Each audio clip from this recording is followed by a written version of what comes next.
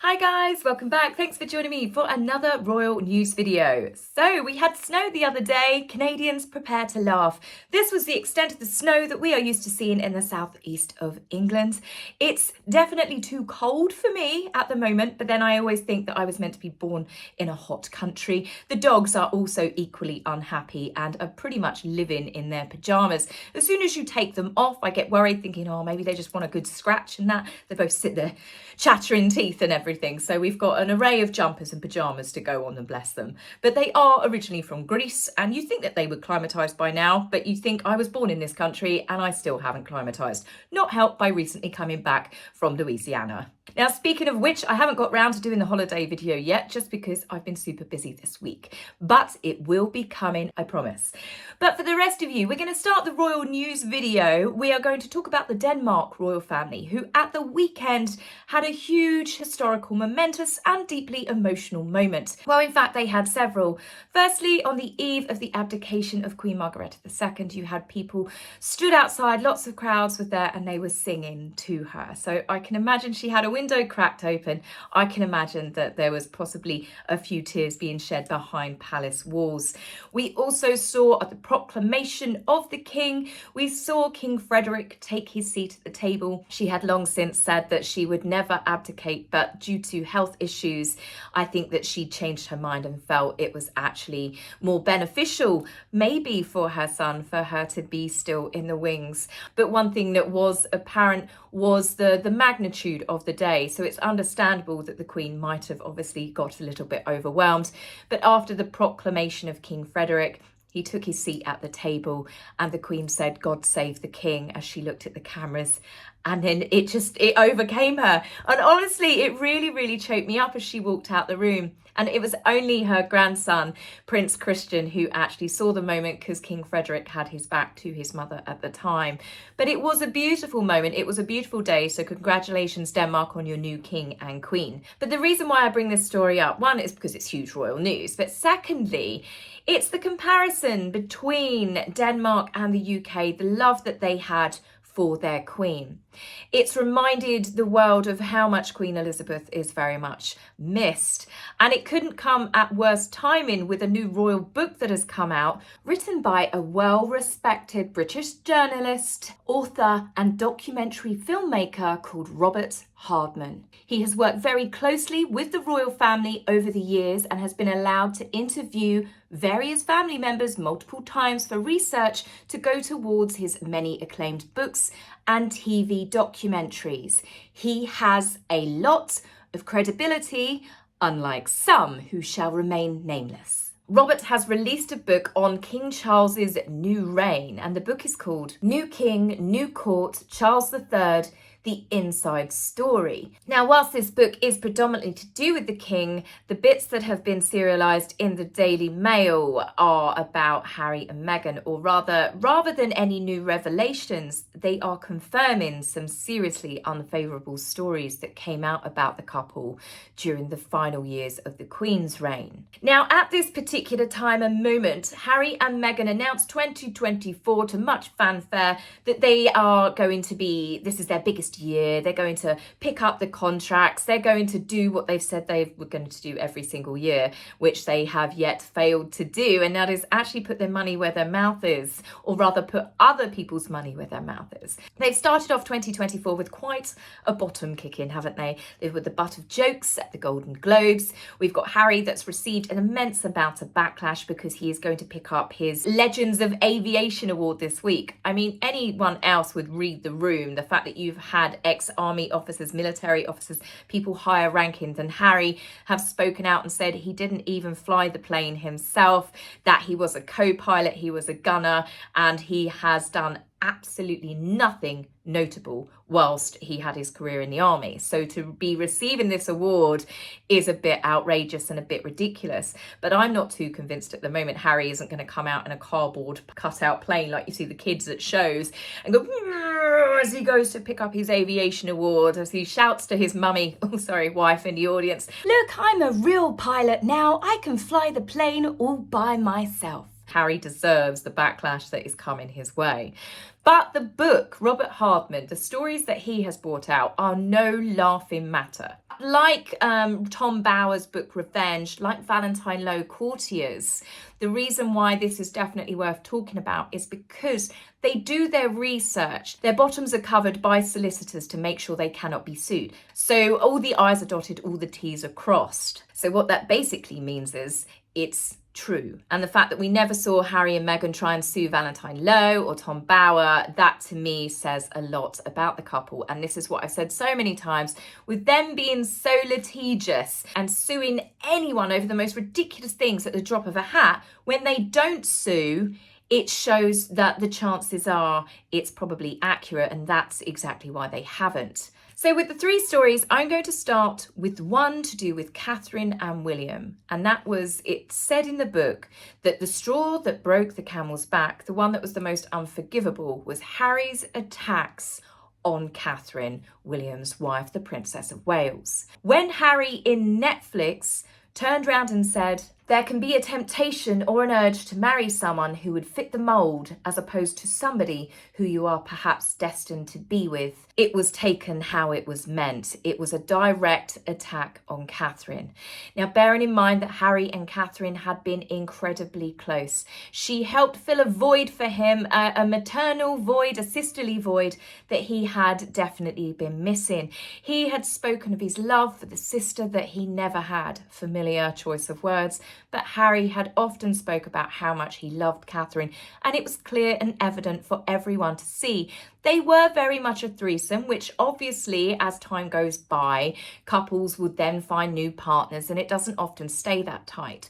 But he was close with his brother and he was close with Catherine until his relationship started with Meghan. That is clear as day for anyone to see. Back in 2017, before he got engaged to Meghan, an interview that Harry gave, he said that he was so close with Catherine and William that he would often pop round to their Kensington flat and go round there for dinner. And it was reported that one of his favourite dinners that Catherine used to cook for him, can you guess it, was a roast chicken dinner. So no surprises when Meghan did one of her many versions of how they got engaged. The first one was, it was whilst she was cooking a roast chicken for Harry. It's clear for anyone to see that Meghan's obsession with Catherine was there from the very beginning. She quite clearly knew that Catherine was the first relationship that she needed to come between so that she could control Harry more. She was the only other female influence in his life, and obviously that needed to be removed fairly quickly for her to be able to manipulate Harry in the ways that she obviously did.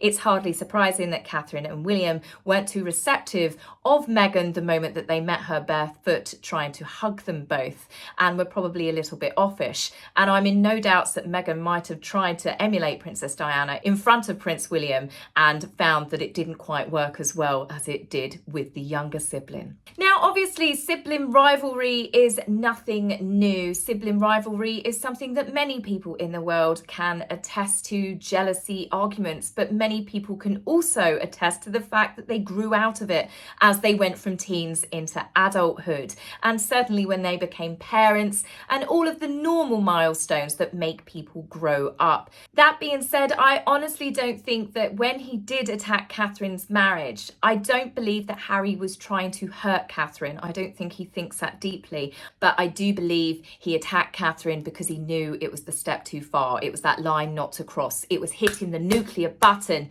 for Prince William. It's one thing to betray their brotherly bond, to have attacked King Charles, to, even their grandparents. I'm sure William was furious over all of that and incredibly hurt at his brother's betrayal. But to attack Catherine, knowing that she had no right of reply, that was the button that Harry thought that would get William to react. And the royal family have handled these two perfectly. Many of us, myself included, said they've got to fight back, they've got to do something. But by doing nothing, they did more than getting in a tit for tat ever could. They've shown themselves to be classy, to be dignified, and Harry and Meghan, in their desperate attempt to make themselves as victims, all they've done is attack. Who is going to believe that someone is kind and caring if all they do is be nasty to the people that love them and brought them up? Who is going to believe that they are victims when all they do is bully other people. Harry and Meghan have done everything to try and upset the royal family, but to get them to retaliate, because they need to feed off of that to create these big, elaborate, dramatic storylines. By cutting off the oxygen supply, like the best way to handle a narcissist, it's left Harry and Meghan fighting in a paper bag amongst themselves, really. Now, it wasn't just Prince William that was left frustrated and angry at Harry and Meghan's behaviour. It was the Queen herself, according to Robert Hardman's book. He has quoted a palace source saying that she was as angry as they'd ever seen her. Now, obviously, Harry and Meghan did a lot of awful things to the Queen in her final years, one of them being Oprah when they knew that Prince Philip was dying. It was clearly obvious at 99 years old that he was very unwell, even the public could tell, and I think that is one of the nastiest things that they did. And then, of course, most of what they said, all of the allegations that they accused the royal family of, have pretty much been proven to all have been fabricated. They were lies. They just made them up, or they were just simply unprovable. Harry and Meghan have also changed their version of events multiple times. But this particular story, which angered the Queen the most, was to do with the naming of their second child. Some had said at the time that they had gone directly to the Queen and asked her permission. Others said that they did not ask the Queen's permission. What I believe that they did was they did speak to the Queen and said that they were going to name their daughter after her, which to most people would think that they were going to call her Elizabeth, because no other granddaughter had taken the name Elizabeth for their children. It would have been perfect. They could have called her Lily, they could have called her Ellie, Liza. There's all these different shorts that you could have done, and Lily would have actually been perfect anyway, but they had to go that step further, and they took the Queen's nickname Lilibet. Now, many people found this bizarre at the time, because they were like, how can they accuse the Queen of all the awful things that they did and now name their daughter after her, especially the allegations of racism? Why would you name your biracial child after the matriarch of a family that you had just spent several years trashing as racist? It didn't make sense to many people. So other people had thought that perhaps they were doing it to suck up to the Queen, because they knew that they had again taken it a step too far, and they knew that they needed to try and offer an olive branch, a grand gesture. But I always thought that they did it to be vindictive on the lowest level, that it was done out of spite, it was done to cause hurt to Her Majesty. Now, the reason why this name was so personal to the Queen is because it was given to her by her father, King George VI, when she was a little girl. She was unable to pronounce her name properly, Elizabeth, like lots of toddlers struggle when they're learning speech. It was such a cute name. Both of Queen Elizabeth's parents used it, as did her sister Margaret, as did later her husband Prince Philip and a couple of close friends. When Prince Philip died, the Queen had left a handwritten note on his coffin, which the world saw, and it was signed Lilibet. It was rumoured at the time that the Queen had then asked, after Philip's death, for that name to no longer be used, because everybody who had ever called her by that deeply personal nickname was now gone, and it hurt her. You can imagine it's something that just reminds her of the last person left,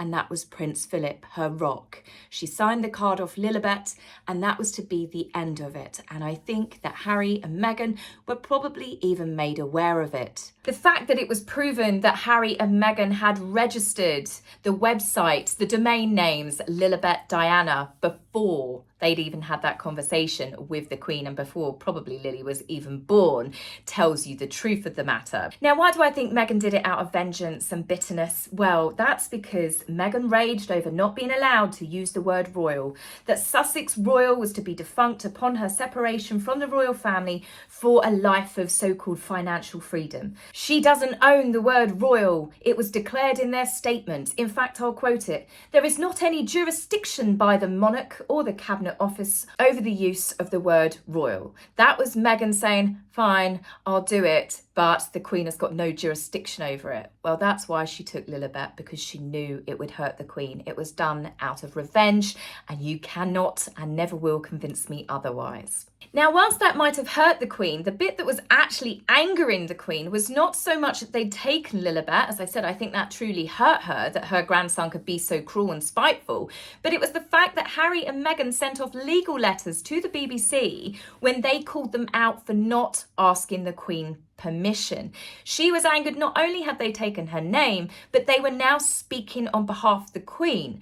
They were threatening to sue any media outlet that had said that the Queen did not give her absolute support to them using the name. And as it's clear, it wasn't true. And most of us thought that at the time because the palace were asked to back up the story, and they never did. I think that they tricked the Queen. I think that they said, oh, we're going to name our daughter after you. And she thought, oh, that's lovely. And then they obviously took the one thing that the Queen had for herself that no one else could own. Now, what is making this story even worse is Rebecca English, an editor for the Daily Mail. She has spoken out and said that a palace source quoted the Queen saying, "I don't own the palaces. I don't own the paintings. The only thing I own is my name, and now they have taken that." How heartbreaking is that? And how cruel and twisted must Harry truly be to the depths of his soul to continuously attack his grandmother in the ways that he did in her most vulnerable and later years in life. From Oprah when Philip was dying, to all of the vicious barbs and attacks because they couldn't get what they wanted with the Sandringham Summit. They have turned down every single invite from the Queen to go spend time with her, to see her. The fact that they named their daughter after such a personal name of the Queen, yet they never took her to actually spend time with the Queen. Harry and Meghan did everything, including Meghan threatening the Queen to continue with more attacks in the Cut magazine weeks before the Queen died. Everyone needs to remember that every accusation and everything that was done in Netflix, they didn't know that the Queen wouldn't be alive. So everything that you saw, they knew the Queen would see. And that to me just puts them on a whole new level of disgusting.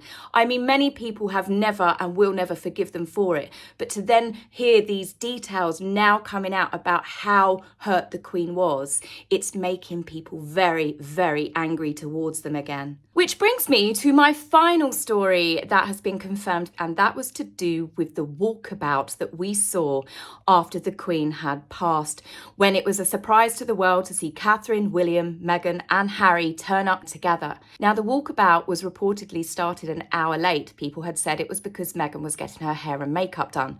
Not being rude, but there is nothing fantastic about Meghan's hair or makeup here that couldn't have been done in 5 minutes. There were lots of rumours going around at the time that Harry and Meghan had made arrangements with a TV crew for them to do their own walkabout. William and Catherine were notified, so they decided to head them off at the pass to arrange a joint walkabout together because it would show a look of unity between the brothers at this time.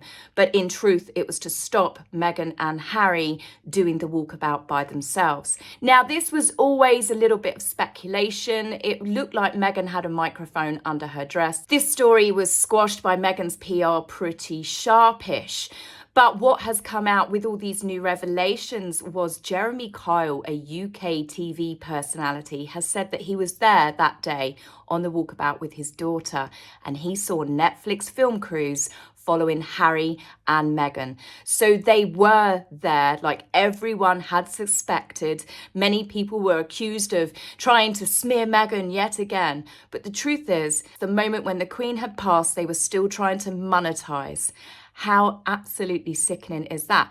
But then when you look back and you think about it all, Meghan was running around like a drunk squirrel. She kept trying to pull Harry to go across to the other side all of the time. And it didn't make sense to people because Catherine and William took one side, Harry and Meghan took the other. People said perhaps it was because people weren't being too friendly to Meghan. But I think it was because, quick, we need to get the money shots. We need to be seen with Catherine and William. Catherine was recorded giving Meghan some very steely stares throughout that entire episode, and I think it's because Catherine knew exactly what they were up to. No wonder Owen Scobie said the silence in the car was deafening. We know who he heard that from, but it's probably because that little box was in fact a recording device. Meghan was funny with the aides, wasn't she? She wouldn't hand the flowers over. It's because Meghan wanted to go lay the flowers down. It would have been the ultimate money shot. This is why she kept wrapping her arms around Harry. She kept looking over with those big doe eyes at Catherine and William, rather than Harry being upset and in his grief for the grandmother he reportedly adored so much they were thinking about their paycheck with Netflix. It seems that many people are no longer afraid to speak out, and I think that 2024 is going to see a lot more truths coming to the surface from people that actually witnessed and heard things themselves. So guys, as I said, not many new revelations in there, but the fact that this has now been backed up, sources quoted, it's certainly going to make an even more interesting year for Harry and Meghan as they try and turn the tide on their reputations. This is certainly not going to have helped. Anyway, that's it for me on this video. I will see you soon. Take care for now. Bye.